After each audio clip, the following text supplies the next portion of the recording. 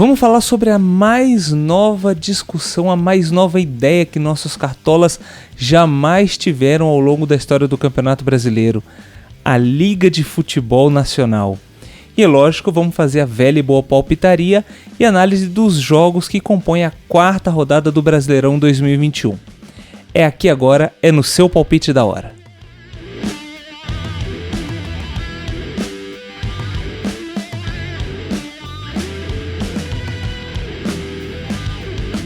Palpiteiras e palpiteiros, sejam muito bem-vindos a mais um episódio do Palpite da Hora, episódio no qual a gente vai falar sobre no que você precisa se ligar para fazer uma boa análise dos jogos e cravar os palpites da quarta rodada do Brasileirão 2021.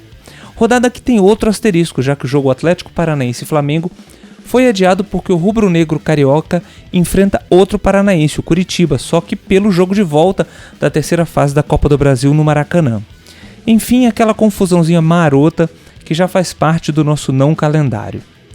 Por aqui, seguimos em recuperação da Covid, pedindo a todos vocês que se cuidem e cuidem dos outros. Não é porque você já teve ou porque você está vacinado que você não pode transmitir para o outro. Continue usando máscara e evitando aglomeração desnecessária. Já a gente vai estar com uma galera lá da Eurocopa ou a galera da NBA podendo curtir eventos desportivos e podendo celebrar com nossos amigos e familiares. Mas, por enquanto, quieto o facho e aproveita para maratonar os nossos vídeos aqui no canal. O programa Palpite da Hora tá de casa nova. Saiu do canal 3.5 e agora tem seu canal próprio. Então dá essa força pra gente e se inscreve no novíssimo canal Palpite da Hora, onde você encontra a melhor análise para arrebentar no bolão da firma. Clica aí embaixo e bora pra resenha. Antes da gente começar a palpitaria, vamos falar de um assunto que agitou os bastidores da bola nessa terça-feira, 15 de junho. Como um cometa que surge por aí de tempos em tempos, e sempre nos momentos de hecatombe do nosso futebol, ressuscitaram a messiânica e milagrosa Liga do Futebol Brasileiro. Dessa vez até que a proposta tem certo peso. 19 clubes da Série A assinaram um documento em que concordam em fundar uma liga para organizar o Campeonato Brasileiro, que hoje é um produto da CBF. O documento foi entregue para a direção da entidade e a intenção dos clubes é organizar o torneio já a partir do ano que vem. O único que não assinou o documento foi o Sport de Recife, porque o clube está sem presidente, mas o Leão já emitiu uma nota se posicionando favorável à criação da liga. Se a gente avaliar o documento entregue na CBF, existe uma clara intenção de que haja mais participação política dos times nas decisões da entidade. Atualmente, apenas as federações estaduais participam das assembleias administrativas, que são as que decidem os rumos da instituição. Os clubes participam apenas das assembleias eletivas, para escolher presidente e vice, e até nessas tem peso menor que as federações. E depois do afastamento do presidente da CBF, Rogério Caboclo, a entidade parece que não tem força mais para barrar a pressão dos clubes. É importante ressaltar que o Estatuto da CBF admite a criação de ligas e a sua participação na organização do futebol brasileiro, desde que cumpridos alguns requisitos. Mas a gente sabe que de fato tudo isso é uma questão de dinheiro. A crise dos clubes após a pandemia chegou a níveis absurdos e se algo não for feito agora, alguns problemas podem não ter volta. E esse é o início de mais uma temporada do pastelão tragicômico que é o nosso futebol. Vamos ver como é que vai ser o final, especialmente quais serão as consequências imediatas caso essa ideia realmente saia do papel. Olha só, eu prevejo um Brasileirão com 26 ou mais times em 2022, no melhor estilo Brasileirão 2003. No fim do vídeo eu vou deixar um card para o nosso vídeo sobre a história dos pontos corridos para você entender o que é que rolou em 2003. E, como previsão é o nosso negócio, bora para a palpitaria antecipar o futuro para a sua felicidade. Abrindo os trabalhos dessa quarta rodada de futebol, a gente tem na quarta-feira, dia 16 às 19 horas, lá no Morumbi, São Paulo e Chapecoense. O tricolor paulista tem apenas uma derrota como mandante nessa temporada e não levou gol em 8 dos 14 jogos, tendo 3 vitórias nos últimos 4 jogos em casa. Já a Chape vem de 4 derrotas nos últimos 5 jogos, 2 derrotas já com o técnico Jair Ventura, e só não levou gol em 4 de 11 jogos como visitante. Então, eu acredito que o São Paulo vence essa tranquilamente por 2-0. Lá no Beira-Rio, também na quarta-feira às 19 horas, a gente tem Internacional e Atlético, jogo de postulantes ao título brasileiro 2021. O Inter não vence há 4 jogos como mandante e já soma 2 derrotas nos últimos jogos em casa. Mas venceu agora, depois da demissão do técnico Miguel Ángel Ramírez, venceu o Bahia fora de casa. Já o Galo Mineiro não perde fora de casa há 8 jogos, sendo 6 vitórias dentro desses 8 jogos. E tem uma marca interessante no que diz respeito aos contra-ataques. É a segunda melhor marca do Campeonato Brasileiro nos últimos 2 meses. Ou seja, é um time que joga de forma muito vertical. Eu acredito que os desfalques do Atlético não vão atrapalhar especialmente o ataque. O Hulk está jogando muita bola, a gente teve a volta do Keno. Então eu acho que o Galo consegue aí uma vitória fora de casa por 1-0. Também na quarta-feira, só que às 20h30, a gente tem no Itaquerão Corinthians e Red Bull Bragantino. O Corinthians é, dentre os mandantes da Série A 4ª defesa mais vazada nos últimos 2 meses. Toma em média 1,09 gols por jogo, mas é uma equipe que permite poucas finalizações do adversário, apenas 8,7 por jogo em média nessa temporada. Tem muitos desfalques, mas eu acredito que o Bragantino também tem, especialmente o meia Claudinho, que vai ser poupado por questões físicas. O Bragantino, que após as 3 rodadas é o time que mais finaliza no Brasileirão 2021, são 19 finalizações em média. Eu acredito num empate. O Corinthians conseguiu arrancar um empate contra o Palmeiras e o Red Bull Bragantino permitiu que o Fluminense empatasse nos minutos finais na última rodada. Então eu acho que vai ser um jogo equilibrado, aposto no 1-1.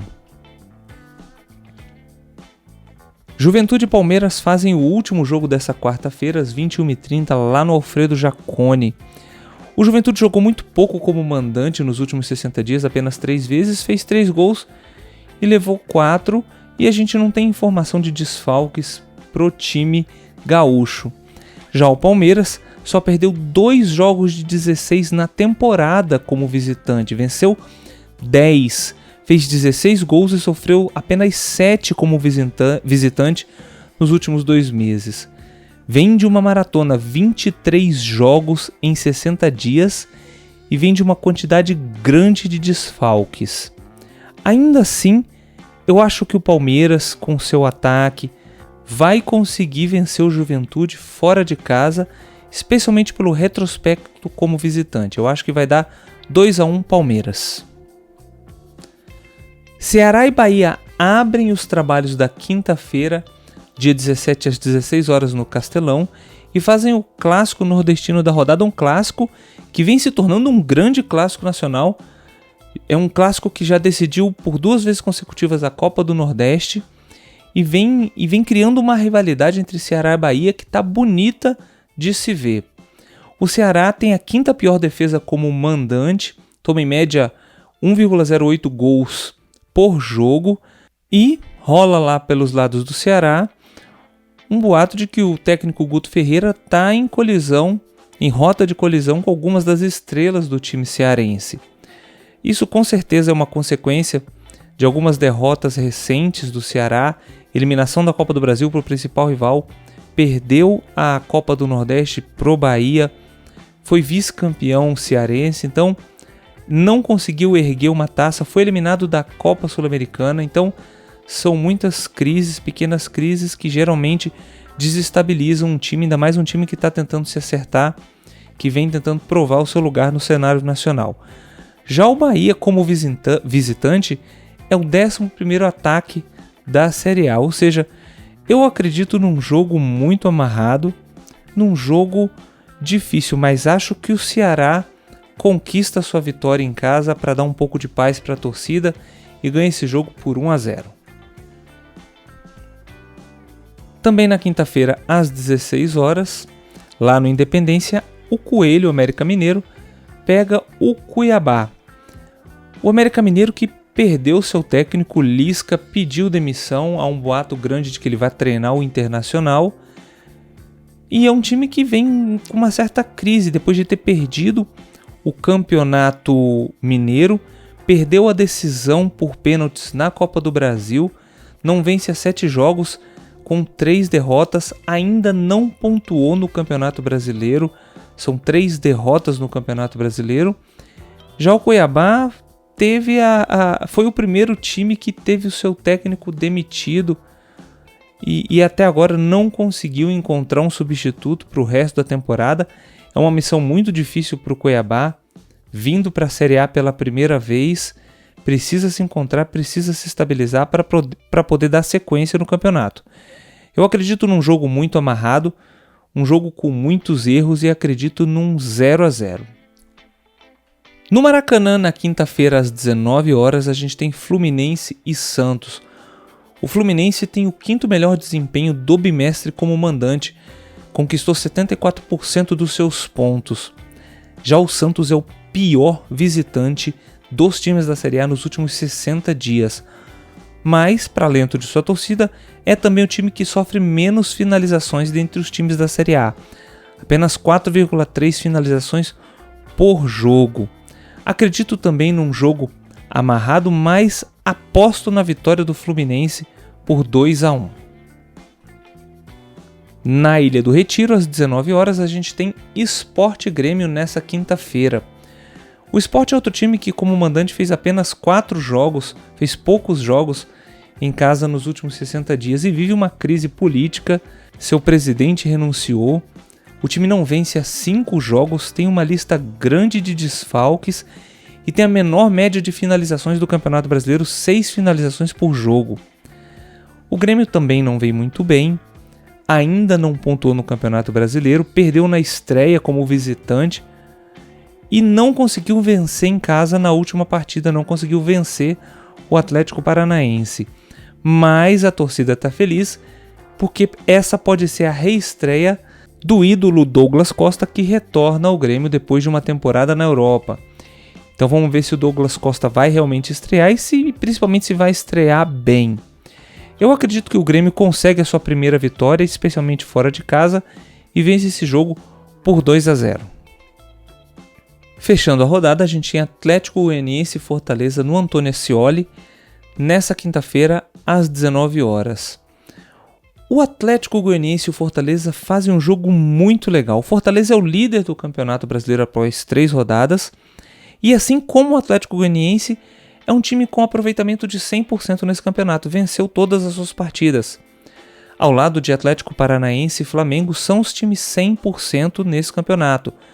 Fortaleza e Atlético Paranaense venceram seus 3 jogos, Flamengo e Atlético Goianiense tiveram apenas 2 jogos nesse campeonato e venceram seus 2 jogos. Então, são times 100%, e o legal é que Atlético Goianiense e Fortaleza têm exatamente o mesmo aproveitamento na temporada, o melhor aproveitamento da temporada 2021, com 78% dos pontos conquistados.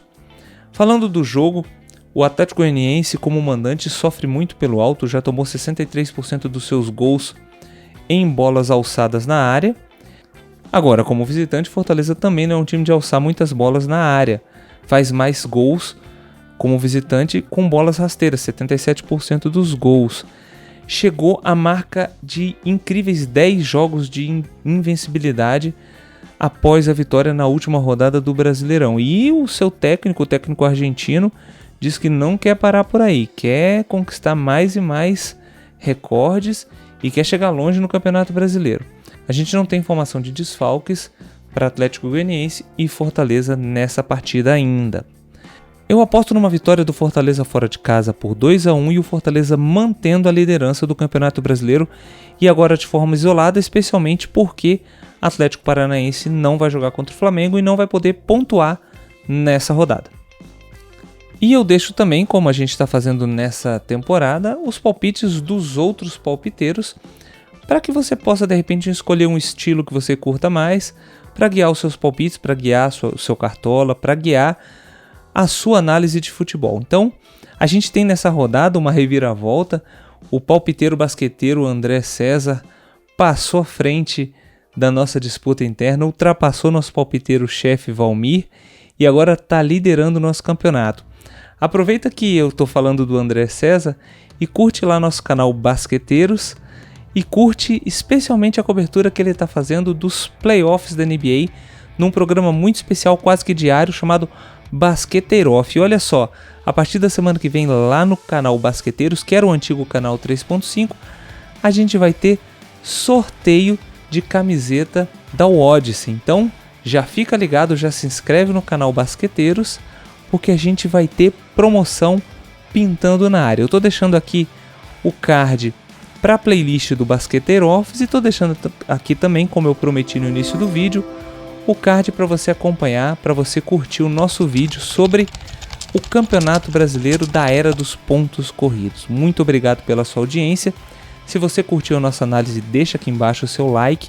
Grande abraço e fui!